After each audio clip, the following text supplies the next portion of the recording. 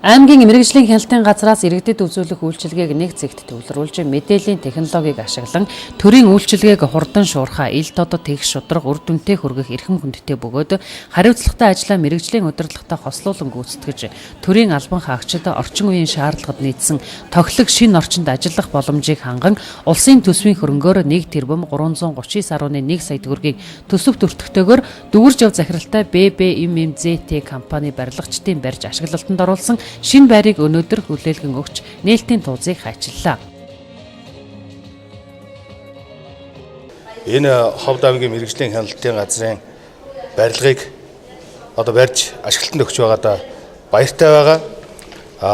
Энэхүү барилга нь зоорын давхартайгаа нийт 5 давхар барилга 1620 м2 талбайтай тэрбум 338 сая төгрөгөөр болол төсөв нь барилга хөгжлийн төвөөр хянагдаж батлагдсан.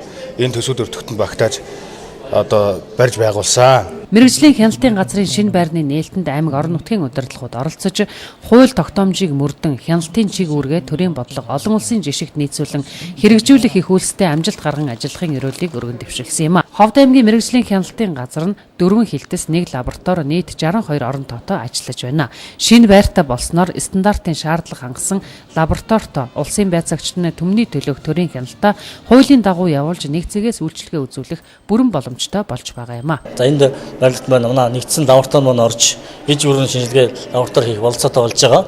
За нөгөө талаараа бид бол бас манай захиргааны удирдлагын хилцс, хилээ хилцс, дэд үтсийн хилцс, эрүүл мэндийн хилцс маань тус урдаа нэг давхарт байрлаж үйл ажиллагаа явуулах болцоотой болж байгаа. Зах зээлийн эдийн засгийн харилцаанд шилжиж эхэлсэн шилжилтийн ихэнх үе 1996 онд мэргэжлийн хяналтын байгууллагын их суурь Монгол улсад анх тавигдсан гэж үздэг.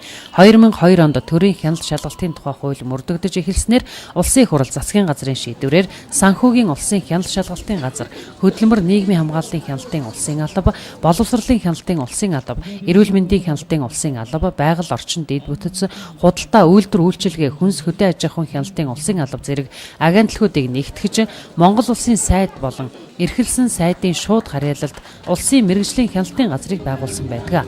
Тэр цагаас хойш өдгөө шат шатандаа ажил үйлчилгээгээ сайжруулсаар орон нутагт өөрийн гэсэн лабораторид байртай болон үйл ажиллагаа нь илүү сайжирсаар байна.